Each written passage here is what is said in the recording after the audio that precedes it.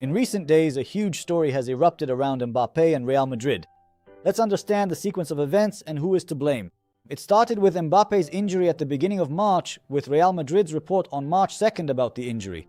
There they said he had a sprain in the ligament of his left knee and that he would undergo conservative treatment. Afterwards, Mbappé returned to play and played a few games until his condition worsened. From here, a wave of rumors began about Real Madrid's medical staff. Did they make a mistake in the diagnosis? Is there something else here that they're not telling us? In any case, recently Mbappé was not satisfied with the diagnosis, treatment, and his progress, so he went for a second opinion with the medical staff in France. There they examined him and found that he had an injury to the LCL, the lateral ligament in his left knee, the same knee that Real had diagnosed. We move forward a few days to March 24th yesterday. So a Spanish journalist writes that at Real, they actually examined the right knee and did an MRI on the right knee, and all of this is confirmed. This has not been officially released by the French staff, and from Real Madrid, there hasn't been any announcement that I found since that statement on March 2nd.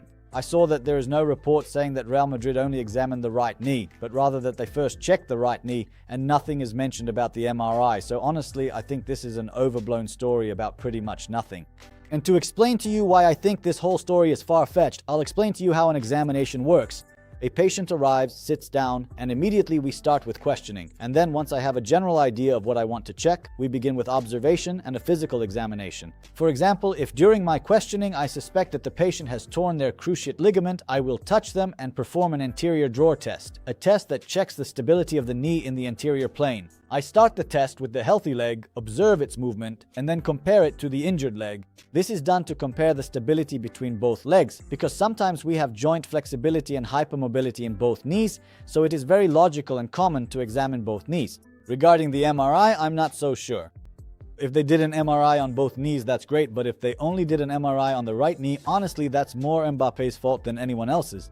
There are several steps before the exam where they ask and make sure which knee was injured and which knee is being examined. And even when you lie down in the machine, they put a coil around the knee being scanned, and at no point did he stop and say, "Bro, it's actually the other knee?" Okay, so let's see what Mbappé himself said in interviews.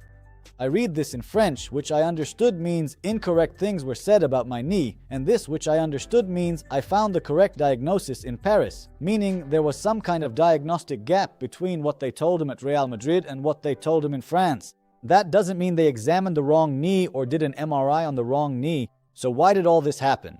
All this secrecy from Real around Mbappe's knee creates a situation where every misplaced word turns into a sensational headline, even if it's not really accurate. In reality, I don't think there's any drama here at all. It's very likely that at Real they examined both legs and maybe even did an MRI on both legs. Yes, there are many situations where there are different diagnoses between the national team's medical staff and the club's medical staff. Anyway, ahead of the biggest tournament in the world, there are always a lot of intrigues between national teams and clubs, but I'll talk more about that in upcoming videos. Stay tuned. Good luck.